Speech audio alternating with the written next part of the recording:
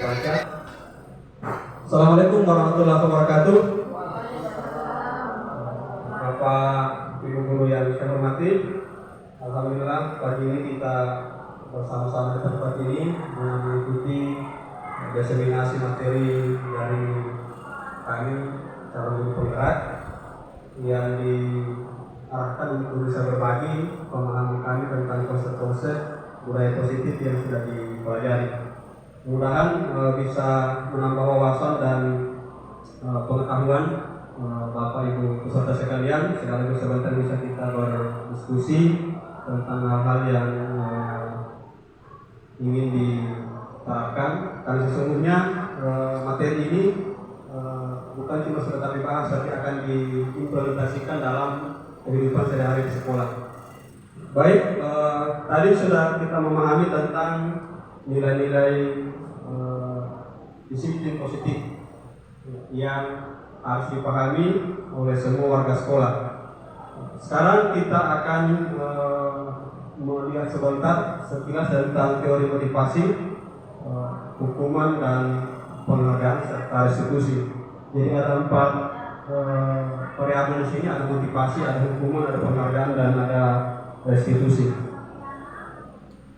Yang pertama, Bapak Ibu sekalian, kita memahami atau harus memahami ada namanya motivasi perilaku manusia. Saya kira kita yang sudah pernah belajar di bangku kuliah sudah pernah memahami ini, utamanya mungkin di pengantar pendidikan, kalau tidak salah, tentang motivasi perilaku manusia.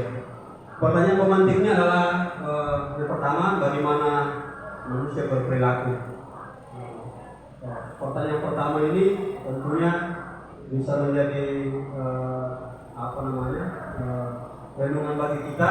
Kira-kira kita sebagai insan, sebagai pribadi itu dalam berperilaku itu seperti apa.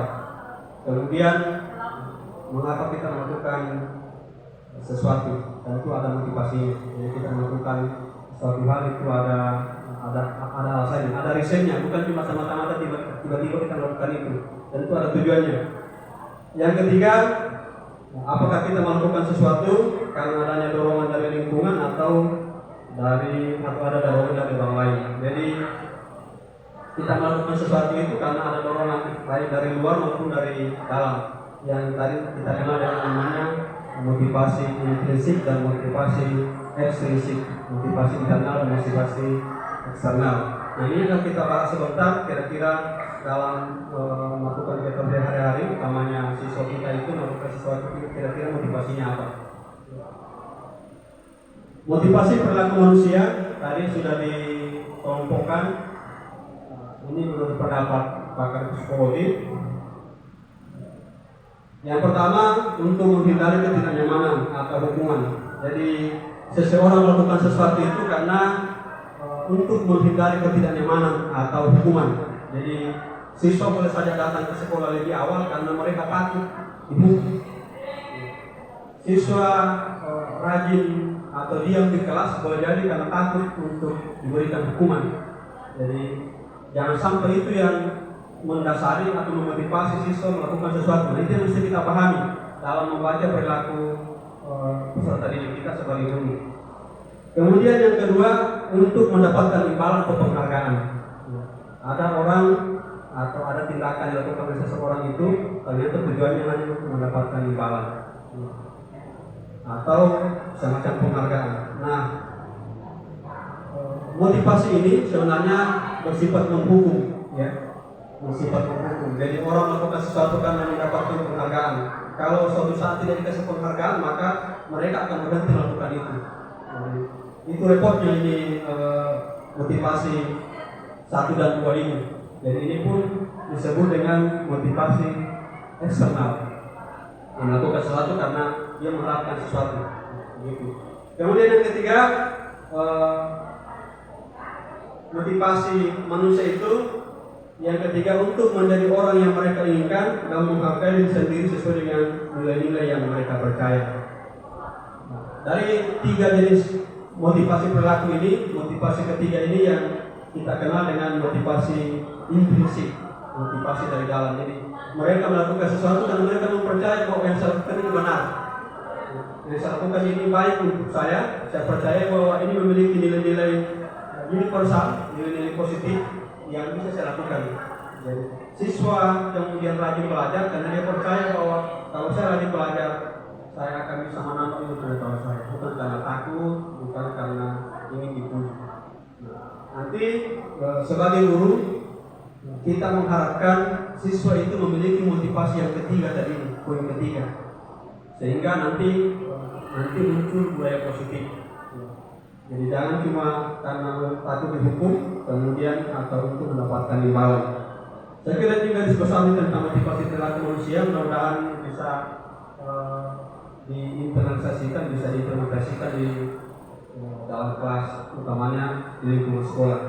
Makanya mestinya kegiatan kita ini sangat berharga sebenarnya, mesti dihadirkan kepala sekolah dan siapa pemangku kepentingan di depan sana, cuma karena ya ada kegiatan lain jadi oke lah kita berbagi di sini saja. Berikutnya pertanyaan pemantik yang kedua. Sebagai seorang guru, saat hadir mengajar di kelas tepat waktu, motivasi apa yang berdasarkan tindakan Anda di sana? Ini pertanyaan mungkin untuk diri sendiri. Kita bisa jawab secara sendiri juga bahwa kalau saya datang ke sekolah, kira-kira apa yang memotivasi saya untuk cepat? Tadi datang upacara, saya kurang motivasi tapi begitu. Ya. Apakah Anda datang tepat waktu karena tidak ingin ditegur oleh kepala sekolah atau atasan, kemudian mendapat surat peringatan, atau apa? Nah itu tadi, kalau ini jawabannya maka kita masuk pada motivasi tadi yang pertama, takut dihukum atau menghindari diri dari ketidaknyamanan dan seterusnya. Sekarang kita bahas tadi teorinya tadi yang motivasi pertama, hukuman. Jadi hukuman itu lawannya penghargaan. Di teori hukum dan penghargaan ada yang disebut dengan restitusi. Mungkin ada yang dari PKI pernah mempelajari ya, restitusi. Jadi restitusi itu menurut pakar si Rosen ini,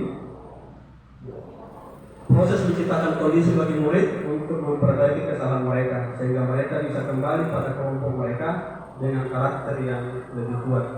Jadi peserta didik yang sudah diberikan hukuman tidak kemudian dibiarkan menjadi pengecilan kepada data itu, pengecilan di diri sendiri, tapi harus kembali ke kelompoknya tadi supaya bisa lebih kuat menemukan jati dirinya, sehingga pada akhirnya akan membangkitkan nanti motivasi yang nomor 3 tadi, direpresi ulang, sama lah dengan kelompok, direpresi ulang dia supaya tidak menjadi liar. Makanya kalau kita sebagai guru habis memberikan hukum kepada siswa ya harus dikasih ulang, jangan dibiarkan kemudian dia menjauh, yang sampai dia takut pikir, yang sampai dia dendam dan seterusnya. Ya. Jadi restitusi itu merupakan proses kooperasi untuk mengajarkan murid untuk mencari solusi atas masalah mereka dan membantu untuk berpikir tentang orang seperti apa yang mereka inginkan dan bagaimana mereka harus memperlakukan orang lain. Jadi restitusi itu mengarahkan peserta didik untuk bisa menemukan motivasi yang sifatnya dari dalam. Ini teorinya. Saya kira ini bisa jadi acuan untuk mengimplementasikan pengetahuan ini. Kemudian hukuman, teori saya dulu ini, hukuman itu bersifat tidak terencana dan tiba-tiba. Jadi anak-anak tiba-tiba langsung dipukul, itu tindakan yang sifatnya tiba-tiba dan tidak terencana. Nah ini yang sekarang dikikis oleh teori-teori baru bahwa memberikan hukuman kepada peserta didik seminimal mungkin itu bahkan tidak boleh lagi dilakukan. Meskipun secara pribadi itu saya tidak sepakat dengan ini, tapi untuk konteks SMK beda dengan misalnya kalau pendidikan dasar SD, SMP mungkin iya, tapi kalau kita di tingkat SMK dengan kondisi seperti ini masih memungkinkan, tapi setidaknya diminimalisir. Hukuman ini membuat anak atau murid itu tidak tahu apa yang akan terjadi dan tidak dilibatkan. Seringkanya sifatnya tiba-tiba, jadi tiba-tiba siswa diberi hukuman, entah apa kesalahannya, entah apa yang mereka lakukan, kemudian dianggap oleh si penghukum tadi ini kalau melanggar sehingga diberikan hukuman. Kemudian disiplin, antara hukuman dan disiplin. Kalau disiplin di sini adalah bentuk konsekuensi yang sudah terencana atau sudah disepakati, sudah dibahas dan sudah disetujui oleh guru dan murid. Umumnya bentuk-bentuk konsekuensi dibuat oleh pihak guru dan murid sudah mengetahui sebelumnya konsekuensi yang akan diterima bila ada pelanggaran. Ini tahapan sudah akan dimulai ketimbang hukuman tadi ya. Jadi bentuk penegakan disiplin, makanya dibuatlah namanya peraturan sekolah. Peraturan sekolah itu dibuat oleh pihak sekolah dan dipaksakan kepada murid untuk diikuti. Ketika tidak dilaksanakan maka disebut dengan melanggar disiplin. Melanggar disiplin. Nah, konsekuensinya biasa dikasih hukuman. Ya. Itu tahapannya. Sehingga kita di materi tentang budaya positif ini diarahkan bahwa budaya positif di sekolah itu tidak akan muncul kalau yang lahir itu adalah hukuman atau penegakan disiplin, sehingga nanti diarahkan namanya keyakinan kelas atau keyakinan sekolah yang berisi tentang nilai-nilai universal yang disepakati oleh kedua belah pihak. Jadi tadi hukuman itu tidak berencana, hanya sekedar penghukum guru menghukum siswa melanggar. Disiplin itu ada aturan disepakati secara bersama-sama, kalau siswa melanggar itu dihukum. Di sini ada tabel perbedaan sanksi atau konsekuensi dengan hukuman. Jadi hukuman itu suatu yang menyakitkan harus terjadi. Kalau konsekuensi sesuatu harus terjadi. Anak membenci kedisiplinan. Apa dulu itu? Anak menghargai disiplin dan seterusnya. Kena tahapan ini. Sebenarnya ini diarahkan kepada, mungkin kurang jelas ya tulisannya, kurang jelas ya. Ya. Baik, mungkin kita bisa mencoba melatih kemampuan kita. Kira-kira kasus di atas ini nomor 1 seterusnya itu bentuk hukuman atau konsekuensi. Saya bacakan misalnya. Anak-anak disuruh mencatat 100 kali di dalam buku kalimat saya tidak akan terlambat lagi karena apa? Karena terlambat ke sekolah. Kira-kira menurut kita itu hukuman atau konsekuensi? Hukuman. Yang kedua, lari mengelilingi lapangan basket 2 kali karena terlambat hadir di sekolah. Hukuman ya. Membersihkan coretan yang dibuatnya di meja tulis. Hukuman, konsekuensi. Oke. Ternyata ada jawabannya, Pak. Oke, kita lihat. Nah, ternyata tadi yang pertama itu konsekuensi. Lari mengelilingi lapangan itu bentuk hukuman, mengganti kertas tugas teman yang dicoret itu sanksi. Berjemur di lapangan basket pukul 12 karena mengobrol dengan teman, itu saat belajar. Itu hukuman. Jadi itu perbedaan antara konsekuensi dan hukuman.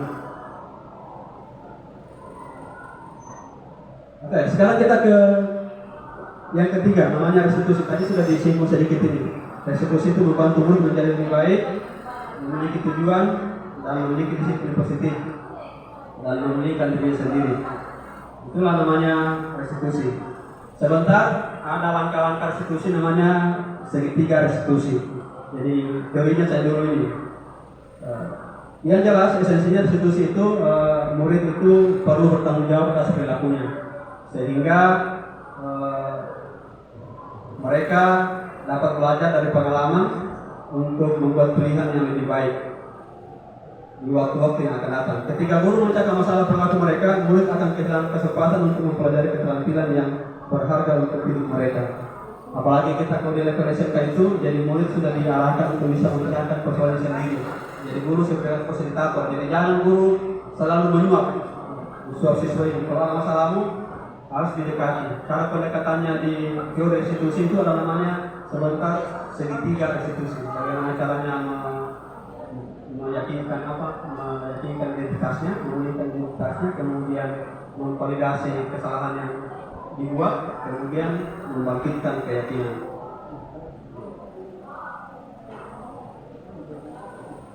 Ciri-ciri restitusi yang membedakannya dengan program disiplin lainnya. Tadi ada penegakan disiplin, sekarang naik ke proses restitusi.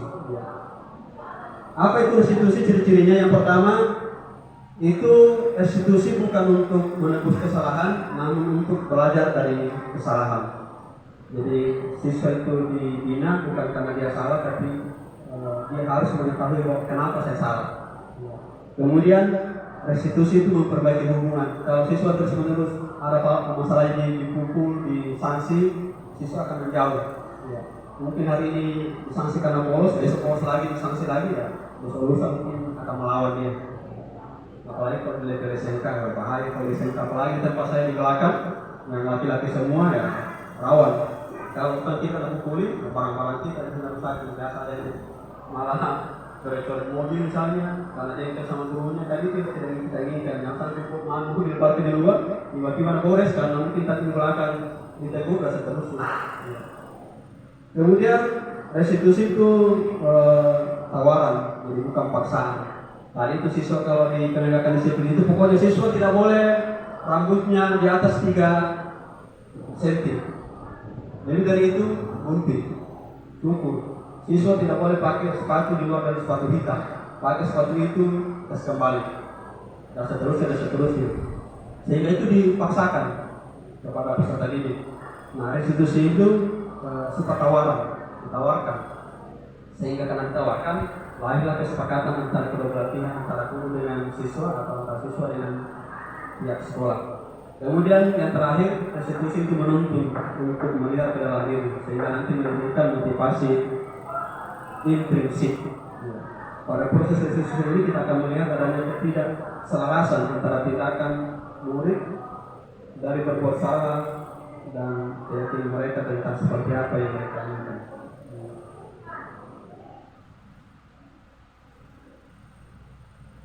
Sama tadi ya. Restitusi mencari kebutuhan dasar yang menyelesaikan tindakan. Restitusi diri adalah cara yang paling baik. Restitusi fokus pada karakter, bukan tindakan. Ini konsep lain dari restitusi.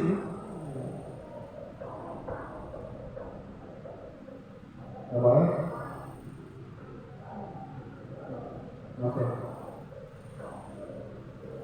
Kemudian restitusi itu menguatkan. Dikatakan menguatkan karena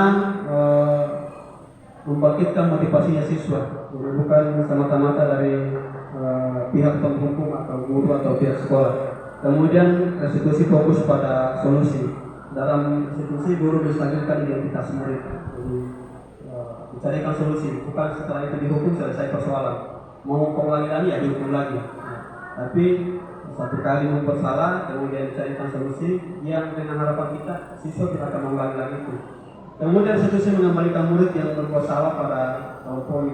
Jadi kalau berbuat salah siswa biasa sudah menghindar dan tidak bergabung lagi dengan teman-temannya. Terakhir, oke. Saya kira itu sekilas tentang teori penghargaan dan terakhir restitusi, hukuman dan penghargaan dan restitusi. Saya kira nanti sudah kita tanya jawab ya. Kalau memang ada yang kurang jelas kita tanya jawab. Kita lihat semua materinya dulu. Baik, terima kasih. Mudah-mudahan ada manfaatnya. Assalamualaikum warahmatullahi wabarakatuh. Assalamualaikum warahmatullahi wabarakatuh.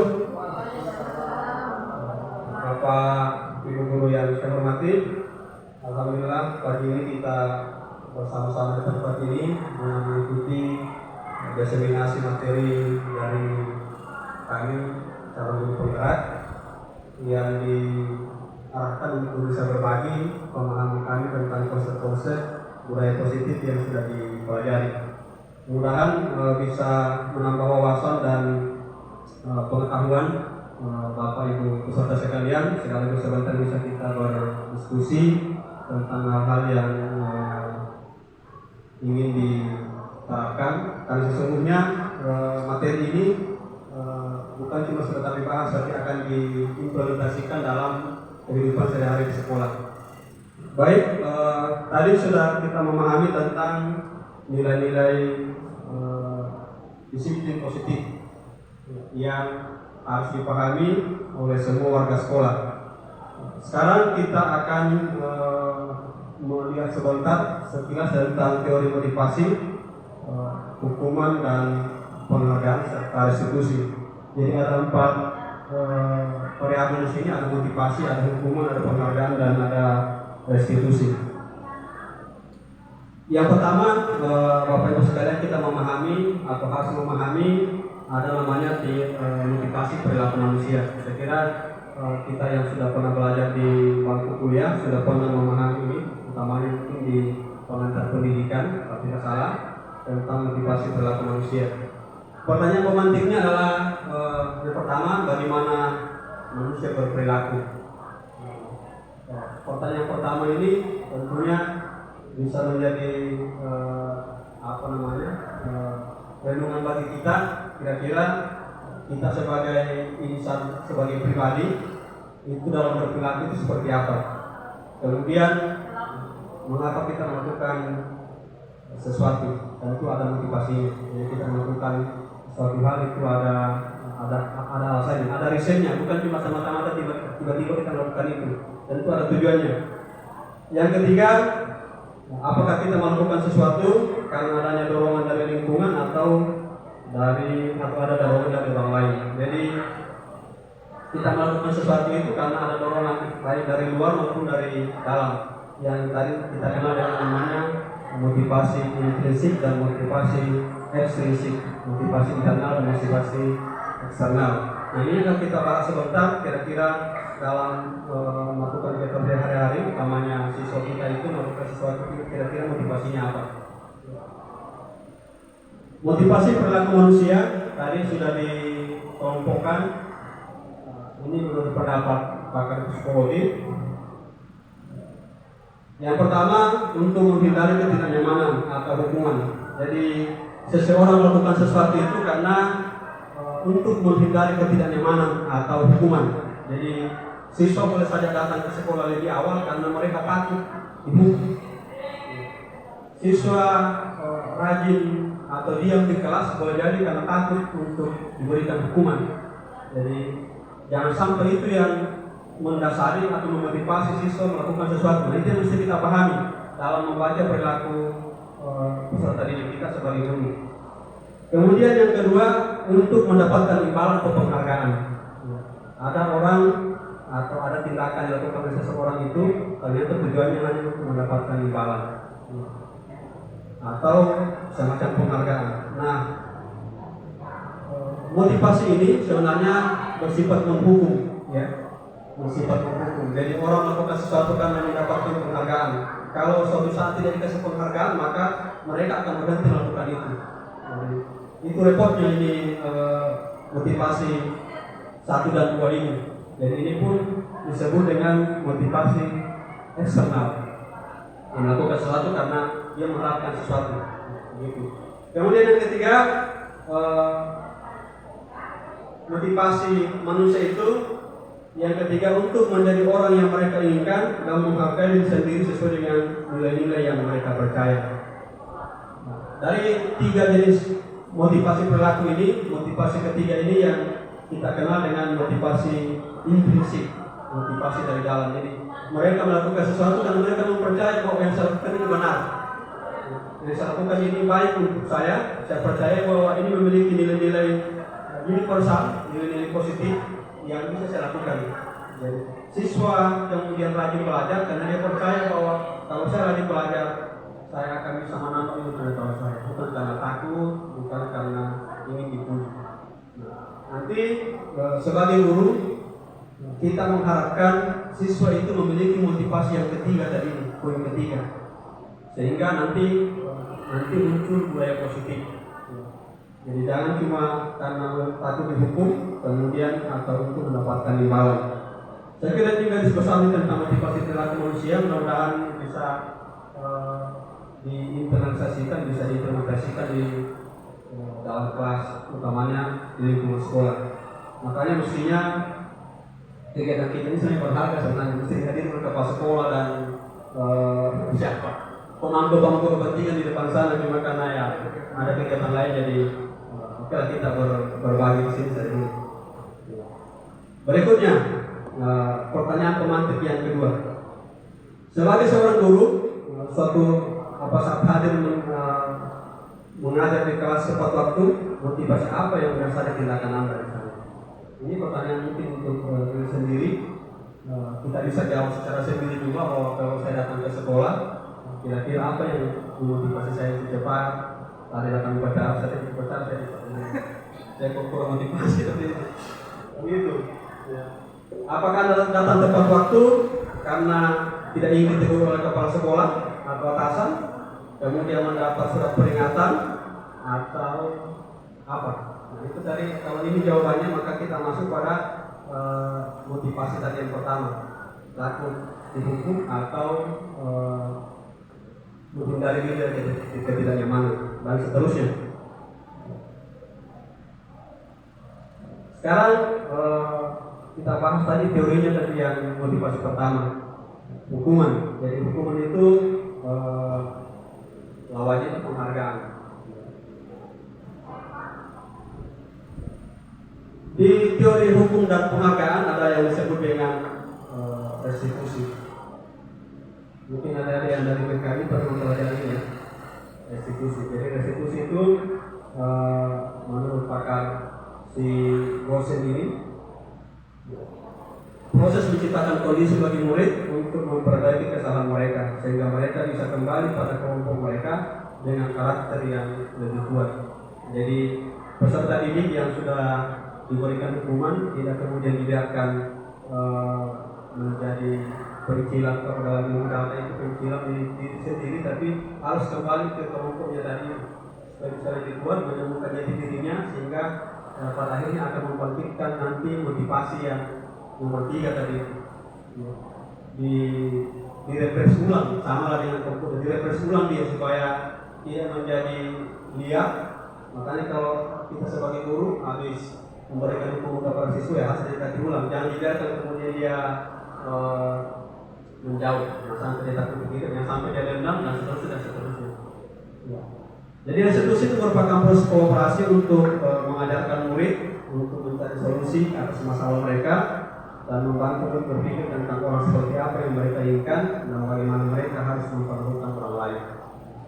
Jadi restitusi itu mengarahkan peserta didik untuk bisa menemukan motivasi yang sifatnya dari dalam. Ini teorinya. Saya kira ini bisa jadi acuan untuk mengimplementasikan pengetahuan ini. Kemudian hukuman, teori saya dulu ini, hukuman itu bersifat tidak terencana dan tiba-tiba. Jadi anak-anak tiba-tiba langsung dipukul itu tindakan yang sifatnya tiba-tiba dan tidak terencana. Nah ini yang sekarang dikikis oleh teori baru bahwa memberikan hukuman kepada peserta didik seminimal mungkin itu bahkan tidak boleh lagi dilakukan. Meskipun secara pribadi itu saya tidak sepakat dengan ini, tapi untuk konteks SMK beda dengan misalnya kalau pendidikan dasar SD, SMP mungkin iya, tapi kalau kita di tingkat SMK dengan kondisi seperti ini masih memungkinkan, tapi setidaknya diminimalisir. Hukuman ini membuat anak atau murid itu tidak tahu apa yang akan terjadi dan tidak dilibatkan. Seringkanya sifatnya tiba-tiba, jadi tiba-tiba siswa diberi hukuman, entah apa kesalahannya, entah apa yang mereka lakukan, kemudian dianggap oleh si penghukum tadi ini kalau melanggar sehingga diberikan hukuman. Kemudian disiplin. antara hukuman dan disiplin. Kalau disiplin di sini adalah bentuk konsekuensi yang sudah terencana atau sudah disepakati, sudah dibahas dan sudah disetujui oleh guru dan murid. Umumnya bentuk-bentuk konsekuensi dibuat oleh pihak guru dan murid sudah mengetahui sebelumnya konsekuensi yang akan diterima bila ada pelanggaran. Ini tahapan sudah akan dimulai ketimbang hukuman tadi ini ya. Jadi bentuk penegakan disiplin, makanya dibuatlah namanya peraturan sekolah. Peraturan sekolah itu dibuat oleh pihak sekolah dan dipaksakan kepada murid untuk diikuti. Ketika tidak dilaksanakan maka disebut dengan melanggar disiplin. Melanggar disiplin. Nah, konsekuensinya biasa dikasih hukuman. Ya. Itu tahapannya. Sehingga kita di materi tentang budaya positif ini diarahkan bahwa budaya positif di sekolah itu tidak akan muncul kalau yang lahir itu adalah hukuman atau penegakan disiplin, sehingga nanti diarahkan namanya keyakinan kelas atau keyakinan sekolah yang berisi tentang nilai-nilai universal yang disepakati oleh kedua belah pihak. Jadi tadi hukuman itu tidak berencana, hanya sekedar menghukum guru, menghukum siswa melanggar. Disiplin itu ada aturan disepakati secara bersama-sama, kalau siswa melanggar itu dihukum. Di sini ada tabel perbedaan sanksi atau konsekuensi dengan hukuman. Jadi hukuman itu suatu yang menyakitkan harus terjadi. Kalau konsekuensi sesuatu harus terjadi. Anak membenci kedisiplinan. Apa dulu itu? Anak menghargai disiplin dan seterusnya. Kena tahapan ini. Sebenarnya ini diarahkan kepada, mungkin kurang jelas ya tulisannya, kurang jelas ya. Ya. Baik, mungkin kita bisa mencoba melatih kemampuan kita. Kira-kira kasus di atas ini nomor 1 seterusnya itu bentuk hukuman atau konsekuensi. Saya bacakan misalnya. Anak-anak disuruh mencatat 100 kali di dalam buku kalimat saya tidak akan terlambat lagi karena apa? Karena terlambat ke sekolah. Kira-kira menurut kita itu hukuman atau konsekuensi? Hukuman. Yang kedua, lari mengelilingi lapangan basket 2 kali karena terlambat hadir di sekolah. Hukuman ya. Membersihkan coretan yang dibuatnya di meja tulis. Hukuman, konsekuensi. Oke. Ternyata ada jawabannya, Pak. Oke, kita lihat. Nah, ternyata tadi yang pertama itu konsekuensi. Lari mengelilingi lapangan itu bentuk hukuman, mengganti kertas tugas teman yang dicoret itu sanksi. Berjemur di lapangan basket pukul 12 karena mengobrol dengan teman itu saat belajar, itu hukuman. Jadi itu perbedaan antara konsekuensi dan hukuman. Oke, sekarang kita ke yang ketiga, namanya restitusi. Tadi sudah disinggung sedikit ini. Restitusi itu membantu murid menjadi lebih baik, memiliki tujuan dan memiliki disiplin positif dan memiliki diri sendiri. Itulah namanya restitusi. Sebentar, ada langkah-langkah restitusi namanya segitiga restitusi. Jadi teorinya saya dulu ini. Yang jelas esensinya restitusi itu murid itu perlu bertanggung jawab atas perilakunya, sehingga mereka dapat belajar dari pengalaman untuk membuat pilihan yang lebih baik di waktu-waktu yang akan datang. Ketika guru mencakap masalah perilaku mereka, murid akan kehilangan kesempatan untuk mempelajari keterampilan yang berharga untuk hidup mereka. Apalagi kita kalau di level SMK itu, jadi murid sudah diarahkan untuk bisa menyelesaikan persoalan sendiri. Jadi guru sebagai fasilitator. Jadi jangan guru selalu menyuap siswa ini. Kalau ada masalahmu harus didekati. Cara pendekatannya di teori restitusi itu ada namanya sebentar segitiga restitusi. Bagaimana caranya meyakinkan identitasnya, kemudian memvalidasi kesalahan yang dibuat, kemudian membangkitkan keyakinan.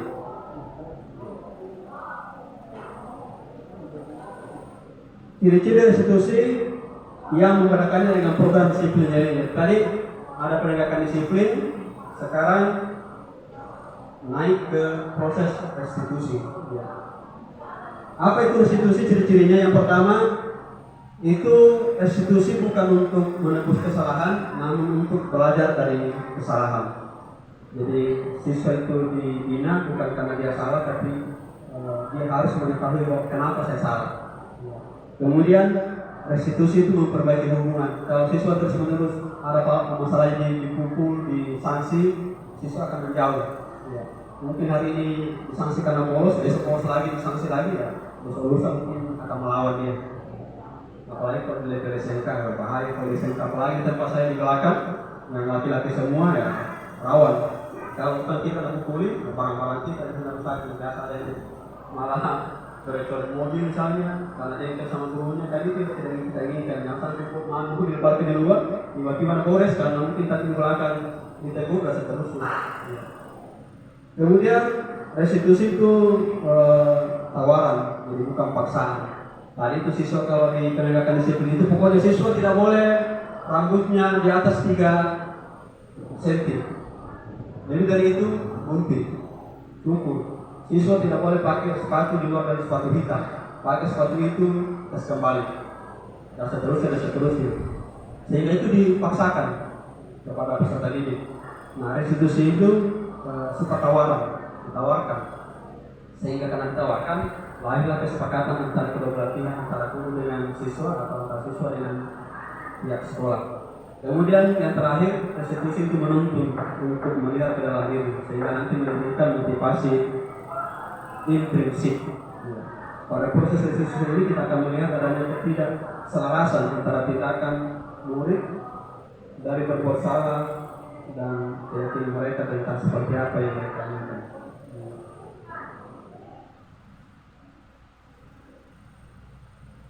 Sama tadi ya. Restitusi mencari kebutuhan dasar yang menyelesaikan tindakan. Restitusi diri adalah cara yang paling baik. Restitusi fokus pada karakter, bukan tindakan. Ini konsep lain dari restitusi. Apa? Oke.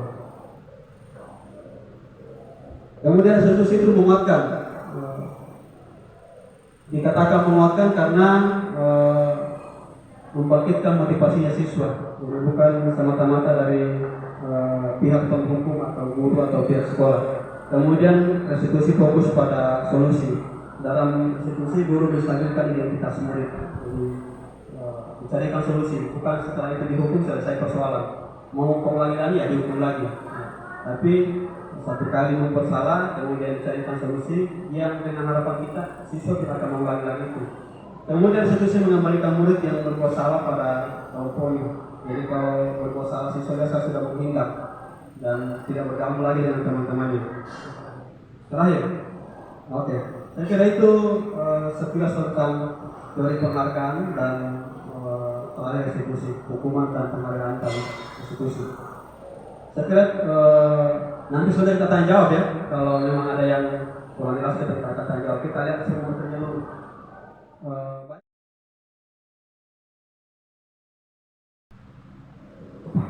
Oke, terima kasih atas kesempatan yang diberikan.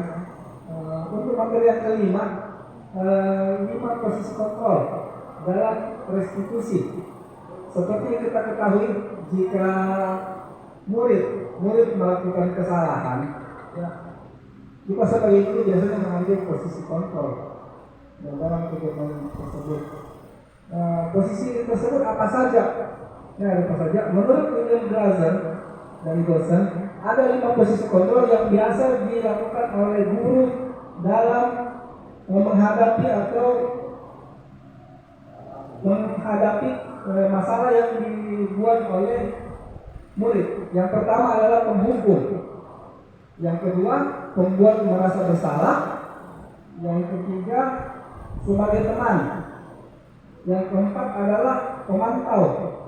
Dan yang terakhir adalah manajer. Sebentar kita akan bahas satu persatu mengenai posisi kontrol tersebut.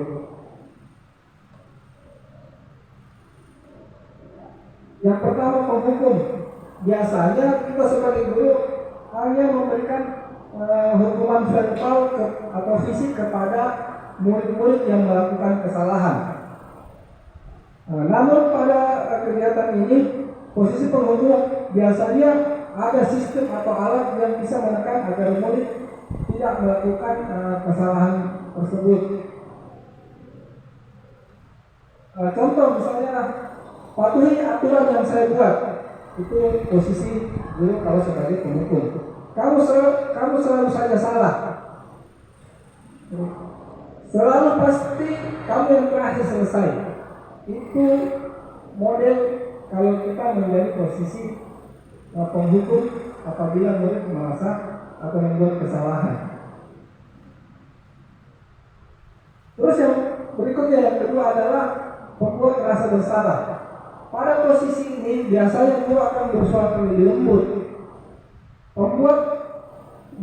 Pembuat rasa bersalah akan menggunakan keheningan yang membuat orang lain merasa tidak nyaman, bersalah atau rendah diri. Contohnya adalah, ibu sangat kecewa sekali dengan kamu. Berapa kali bapak harus memberitahu kepada kamu? Gimana coba kalau orang tuamu tahu kamu berbuat seperti ini? Ini adalah kegiatan-kegiatan di mana posisi kita adalah sebagai pengingat merasa bersalah. Dalam posisi ini, murid akan memiliki penilaian diri yang buruk pada dirinya, merasa tidak dihargai atau tidak berharga, dan mengecewakan orang-orang yang disayangi. Posisi kontrol yang berikutnya adalah teman. Pada posisi ini, guru tidak akan menyakiti murid, namun akan tetap berupaya mengontrol murid melalui pendekatan persuasif. Posisi teman pada guru biasanya negatif maupun positif. Contohnya, ayo bantulah demi bapak. Ayo ikat tidak bantuan bapak selama ini. Ya sudahlah, kali ini tidak apa-apa, nanti ibu bantu bereskan. Itu kata-kata yang biasa diucapkan kalau kita dalam posisi sebagai teman. Pada posisi ini, murid hanya akan bertindak untuk guru tertentu. Ya, kita ketahui guru itu murid itu biasanya senang pada guru-guru tertentu, dan itu dianggap sebagai teman, dan tidak untuk pada guru yang lain. Murid akan tergantung pada guru tersebut. Ini yang dia sebetulnya dihindari, karena kalau dalam posisi itu biasanya guru akan dilematis, dia akan sulit menghadapi atau menyelesaikan masalah yang dihadapi oleh murid tersebut, karena sudah dianggap sebagai teman. Nah, dan biasanya posisi seperti ini pada guru-guru yang muda. Ya, kalau mungkin kita SMK karena seumur. Tapi kalau guru-guru yang berumur itu agak sulit dijadikan teman. Yang keempat adalah pemantau. Memantau berarti mengawasi. Pada saat kita mengawasi, kita bertanggung jawab atas perilaku orang-orang yang kita awasi. Posisi pemantau berdasarkan pada peraturan-peraturan dan konsekuensi. Dengan menggunakan sanksi atau konsekuensi, kita dapat memisahkan hubungan pribadi kita dengan murid sebagai seseorang yang menjalankan posisi pemantau. Contoh adalah peraturannya seperti apa, terus apa yang telah kamu lakukan, terus sanksi atau konsekuensi apa yang kamu akan terima. Itu biasanya pertanyaan atau pernyataan yang sering diungkapkan jika kita berada di posisi sebagai pemantau. Seorang guru pada posisi ini sangat mengandalkan perhitungan catatan data yang dapat digunakan sebagai bukti atas perilaku seseorang. Posisi ini akan menggunakan stiker, slip catatan, daftar cek. Posisi pemantau sendiri berawal dari teori stimulus respon yang menunjukkan tanggung jawab guru dalam mengontrol murid. Terakhir adalah posisi manajer. Ini adalah posisi yang paling baik yang kita harus lakukan di sekolah dalam menghadapi masalah yang dihadapi murid. Dan posisi ini bukan hanya di sekolah, sebaiknya juga bisa kita lakukan di dalam lingkungan keluarga. Manajer adalah posisi di mana guru berbuat sesuatu bersama dengan murid, mempersilahkan murid mempertanggungjawabkan perilakunya, mendukung murid agar dapat menemukan solusi atas permasalahan sendiri. Seorang manajer telah memiliki keterampilan di posisi teman maupun pemantau, dan dengan demikian bisa jadi di waktu-waktu tertentu kembali kedua posisi tersebut bila diperlukan. Contohnya adalah apa yang kita yakini. Artinya ini berkaitan dengan materi sebelumnya, keyakinan keras. Terus apakah yang kamu sudah yakini? Terus jika kamu meyakini, apakah kamu bersedia untuk memperbaiki?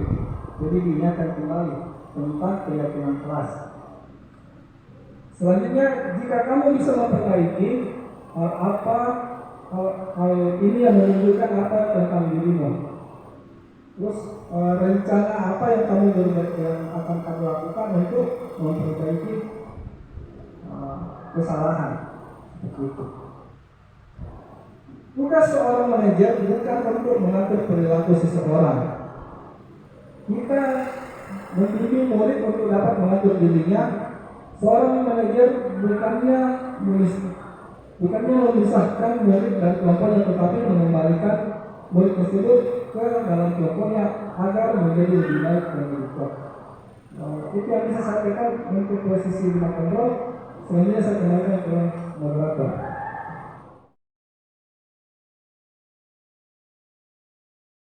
Baik, terima kasih Ibu Rahmawati.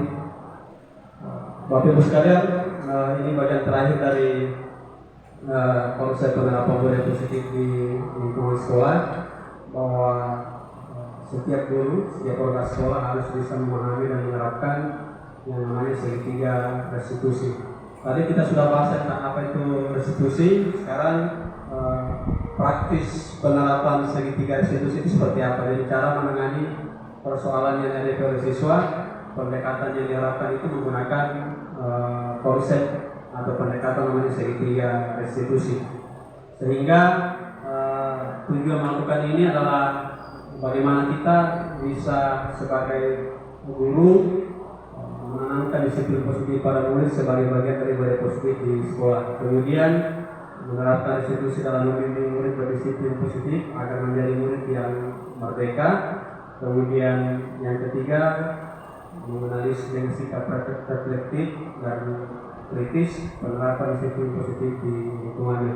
Saya kira ada yang melatar belakang bimbingan konseling ini mungkin sudah paham sebenarnya bagaimana caranya menghadapi siswa kalau misalnya masuk di dekat masalahnya. Diharapkan melakukan pendekatan segitiga restitusi ini. Ya, termasuk misalnya ya, guru kelas juga bisa melakukan ini tanpa harus misalnya ke dekat. Ya. Saya kira ini tujuan kita memahami ini, mudah-mudahan sebentar bisa dicapai tujuannya, meskipun secara singkat kita bahas tentang segitiga restitusi. Jadi tadi segitiga restitusi itu ada 3 tahapannya. Ini erat kaitannya dengan tadi budaya positif, kemudian teori motivasi, kemudian tadi ya terakhir 5 proses kontrol ya. 3 tahapan restitusi itu ada 3. Yang pertama menstabilkan identitas. Kalau di teori kontrolnya itu tadi kita memahami bahwa kita semua akan melakukan hal yang terbaik yang bisa kita lakukan. Tidak ada orang yang melakukan sesuatu tanpa motivasi bahwa saya ingin berbuat maksimal. Kemudian yang kedua, validasi tindakan yang salah. Kalau tadi teori kontrolnya itu kita sudah bahas bahwa semua perilaku itu memiliki alasan. Tadi saya sampaikan tadi di awal bahwa ada motivasinya orang melakukan sesuatu, dan sesuatu yang dilakukan itu pasti dalam renang itu akan melakukan yang terbaik. Kemudian tahapan ketiga, menanyakan keyakinan. Tadi 3 tahapan motivasi yang disampaikan di awal itu, 2 yang bersifat eksternal dan 1 yang bersifat internal. Nah, menanyakan keyakinan itu adalah kita ingin membangkitkan keyakinan yang ketiga, bahwa kita semua itu memiliki motivasi internal, bahwa kita akan melakukan sesuatu karena kita ingin memperoleh sesuatu yang baik untuk kita lakukan, sehingga kita ingin menjadi seperti itu. Ini langkah-langkah yang dilakukan dalam segitiga restitusi. Secara singkat gambarannya seperti ini, ada bagian alasnya, ada sisi kiri dan sisi kanan. Bahwa semua orang pasti melakukan kesalahan, bahwa kita menyampaikan sama siswa bahwa kamu kita satu-satunya yang pernah melakukan ini dan seterusnya. Itu namanya menstabilkan identitas.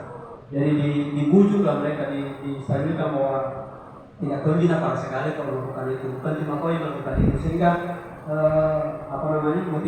motivasi si pembuat kesalahan tadi itu bahwa tidak terlalu parah di kapalnya seterusnya. Kita lihat satu persatu ini. Yang pertama yang sisi alas tadi, menstabilkan identitas. Saya bacakan saja ini supaya jelas.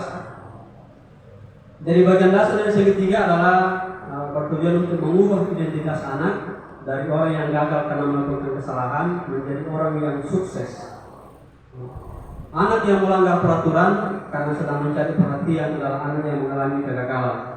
Jadi kadang murid kita itu melakukan sesuatu kan ingin diperhatikan sebenarnya, cari perhatian sehingga melakukan sesuatu. Nah, dia mencoba memenuhi kebutuhan dasarnya, namun ada benturan. Mencari perhatian yang merupakan kebutuhan dasarnya, cuma ada benturan karena ada aturan, sehingga kemudian diponislah dia bahwa kau melanggar aturan. Kalau kita mengkritik si anak itu, maka kita tetap membuatnya dalam posisi gagal. Tapi kalau kita ingin menjadi reflektif, maka kita harus meyakinkan si anak.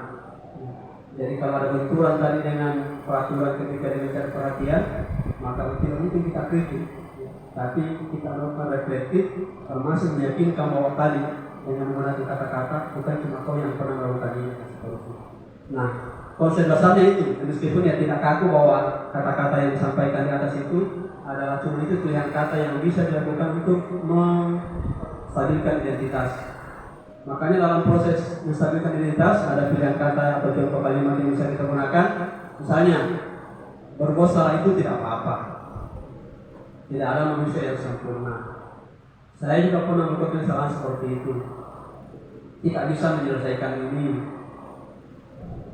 Bapak tidak tertarik mencari siapa yang salah, tapi Bapak ingin mencari solusi dari permasalahan ini. Kamu berhak merasa begitu. Apakah kamu sedang menjadi teman yang baik buat dirimu sendiri? Saya kira adik-adik yang di BK, mungkin kita sebagai guru juga pernah melakukan ini tanpa sadar, tapi tidak belum memahami namanya. Oh, ternyata kita sudah menerapkan, mengimplementasikan namanya konsep segitiga restitusi. Atau pernah kita lakukan ini tapi juga secara bertahap. Ini karena tahapannya, meskipun tidak kaku bahwa yang pertama dulu, yang kedua dan yang ketiga. Tapi yang jelas kita ingin membangkitkan semangat anak bahwa tadi disampaikan di awal kalau dia salah, dia akan berpisah dari kelompoknya. Kita membuat kembali dari kelompoknya dengan penuh keyakinan baru bahwa ternyata yang saya lakukan tadi ini pernah dilakukan oleh orang lain, dan akhirnya mereka menjadi kembali baik. Ini tahap pertama dalam melakukan segitiga restitusi. Sebenarnya ini bisa dipraktikkan sebenarnya, tapi ya, terbatas. apa-apa kita lihat saja. Mungkin ada yang di BK ini bisa mencoba sebagai sebuah inovasi baru dalam melakukan atau menangani tindakan. Kan silahkan lihat hasilnya seperti apa. Mungkin ada kalau di YouTube mungkin banyak yang sudah melakukan ini, bisa jadi pedoman. Karena kalau kita yang lakukan di antara kita sekarang mungkin tidak memungkinkan, ya skenarokan. Lanjut sisi kedua, jadi tindakan kedua dari segmentasi seduksi adalah validasi tindakan yang salah. Jadi menurut teori kontrol, semua tindakan manusia, baik yang tujuannya baik atau yang buruk, pasti memiliki tujuan tertentu. Tadi itu namanya teori motivasi, bahwa seseorang melakukan sesuatu itu ada tujuannya. Entah dia berdampak baik atau berdampak buruk, itu urusan kedua. Yang jelas ada tujuannya. Nah, kita sebagai seorang guru yang memiliki atau memahami teori kontrol, pasti akan mengubah pandangan dari teori stimulus respon ke cara berpikir proaktif yang menangani atau yang mengenali tujuan dari setiap tindakan. Jadi sebagai guru kita tahu bahwa siswa melakukan ini mungkin motivasinya, ini tujuannya. Tadi ada yang cari perhatian, mencari cari perhatian, mungkin karena mungkin juga kalau kami yang sudah punya anak tahu juga itu bahwa ini anak ini mau diperhatikan di kerjaan ini, menangis terus, mengamuk-ngamuk. Apalagi nanti adik-adik yang dominan wanita ini pasti kalau punya anak pasti akan memahami tanpa mesti di game dengan ini pasti tahu kurang ya. Tahu. Kita mungkin tidak suka setiap anak terus-menerus merengek. Tapi bila sikap itu mendapat perhatian kita, maka itu telah memenuhi kebutuhan anak tersebut. Dalam mereka terus, kalau di rumah ini ada anak mereka terus ini, kalau ditanggapi ini maka sebenarnya kita sudah memenuhi kebutuhannya. Nah, untuk tindakan kedua ini, validasi tindakan yang salah, maka ada beberapa pilihan kata yang bisa kita gunakan untuk disampaikan kepada siswa supaya bisa kembali atau bisa memahami atau bisa mengenali kesalahannya, termasuk mengembalikan kepercayaan dirinya. Misalnya, padahal kami bisa melakukan yang lebih buruk dari ini ya. Artinya kita mengaku keinginan itu belum terlalu parah amat. Meskipun dia berpeluang melakukan yang lebih buruk dari itu. Pilihan kata yang kalimat berikutnya, kamu pasti punya alasan mengapa melakukan hal ini. Misalnya anak-anak yang atau murid yang selalu terlambat masuk kelas, kita tanyakan, kamu pasti punya alasan kenapa melakukan ini. Maka mereka akan mengungkapkan isi hatinya bahwa saya tadi begini, pernah begini, seterusnya. Kamu patut bangga pada dirimu sendiri karena kamu telah melindungi sesuatu yang penting buat kamu. Misalnya berkelahi, kenapa pukul temanmu? Nah, begini, kalau kita sampaikan bahwa sebenarnya Pak bangga lah karena kau sudah melindungi dirimu sendiri dan itu penting buat kamu, dan seterusnya. Kemudian yang ketiga, jadi teori kontrol mengatakan bahwa kita pada dasarnya termotivasi secara internal. Ketika identitas sukses telah tercapai, utamanya di langkah pertama tadi itu menstabilkan identitas, ya.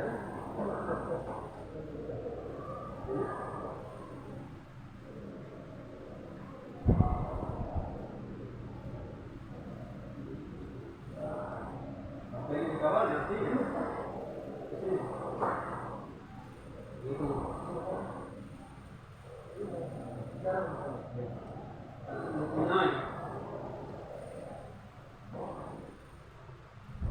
Saya ulangi, bila kontrol, teori kontrol menyatakan bahwa kita pada dasarnya termotivasi dari internal. Ketika identitas sukses telah tercapai pada langkah pertama tadi itu, dan tingkah laku yang salah telah divalidasi pada langkah kedua, maka anak akan siap untuk dihubungkan dengan nilai-nilai yang dipercaya. Tadi itu yang nilai-nilai positif atau kebajikan universal, tinggal dihubungkan dengan itu dan pindah menjadi orang yang dia inginkan. Pertanyaan-pertanyaan di bawah ini menghubungkan keyakinan anak dan keyakinan kelas atau di keluarga. Misalnya, apa yang kita percaya sebagai kelas atau sebagai keluarga misalnya, bahwa kita ini mau kelas tak aman, tertib, enak belajar. Dia akan mengungkapkan itu. Kalau ditanya kira-kira menurutmu kelas yang baik itu menurut itu bagaimana? Pasti tidak ada siswa bilang siapa mau kalau kelas itu kotor, ribut, bising, tidak ada yang akan mengatakan itu. Dan itulah nilai universal ini semua sebenarnya. Kemudian apa nilai umum yang bisa kita sepakati. Nah, setelah mereka mengatakan itu kita akan membangun kesepahaman. Jadi menurutmu apa kira-kira? Saya maunya Pak bersih. Oke, kita mau kelas kita bersih. Maka tadi muncullah tadi namanya yang disampaikan tadi Bu Fatma itu apa tadi? Keyakinan kelas. Setelah itu muncul keyakinan kita ingin kelas kita bersih. Kalau peraturan bunyinya dilarang membuang sampah misalnya, atau misalnya kata-kata yang bersifatnya aturan sehingga jangan membuang sampah sembarangan. Ya, itu peraturan. Tapi kalau terbangun keyakinan bersama dalam bentuk keyakinan kelas, maka mari kita membuang sampah pada depan. Itu akan muncul ketika langkah restitusi yang ketiga kita lakukan. Misalnya berikutnya apa yang kita tentang kelas yang ideal. Kemudian kamu mau jadi orang seperti apa? Mereka mengungkapkan jati dirinya, mereka mengungkapkan apa yang mereka inginkan. Tinggal kita membangun kesepakatan. Saya kira itu bagian terakhir dari segitiga restitusi karena ini cuma 3 jadi saya bisa sampaikan. Nah, kesimpulannya, segitiga restitusi itu sebagai upaya-upaya yang dapat dilakukan dalam membangun restitusi sekolah. Tentunya untuk mewujudkan hal ini membutuhkan proses yang tidak bisa dilakukan dalam waktu yang singkat. Selain itu, proses ini juga membutuhkan keterlibatan semua kelompok kepentingan sekolah. Dipahami bersama bahwa kalau adik-adik nanti sudah masuk dalam lingkungan sekolah mudah-mudahan terkagok entah dari ASN atau budaya misalnya. Budaya positif itu sangat diinginkan pasti oleh semua warga sekolah. Cuma persoalannya mau nggak kita lakukan itu. Ya itu juga sama dengan kami ini yang diberikan beban bahwa harus bisa menciptakan budaya positif di sekolah. Tentu kalau cuma 4 orang itu tidak mungkin di SMK 3 yang dulunya sekitar 80 orang tiba-tiba berubah menjadi sekolah yang dikatakan menerapkan budaya positif, termasuk sekolah yang di sini kalau cuma 1-2 minggu tidak mungkin, bahkan mungkin bertahun-tahun. Artinya butuh keterlibatan semua orang. Saya kira itu materi terakhir dari upaya membangun budaya positif.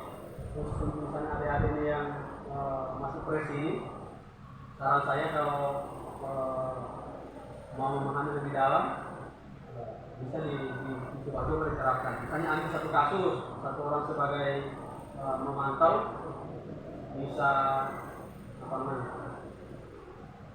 bisa ganti-gantian misalnya.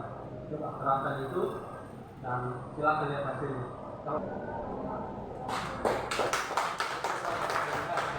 Oke, terima kasih atas partisipasi adik-adik. Semoga apa yang kami sampaikan itu bisa menambah ilmu dan pengetahuan buat adik-adik, apalagi dalam mengangkat pengembangan ilmu pengetahuan. Biarpun tidak akan diterapkan di sini, mungkin kedepannya adik-adik bisa berpartisipasi di sekolah lain. Apa yang kami sampaikan bisa diterapkan. Hanya itu yang saya sampaikan. Terima kasih. Wassalamualaikum warahmatullahi wabarakatuh.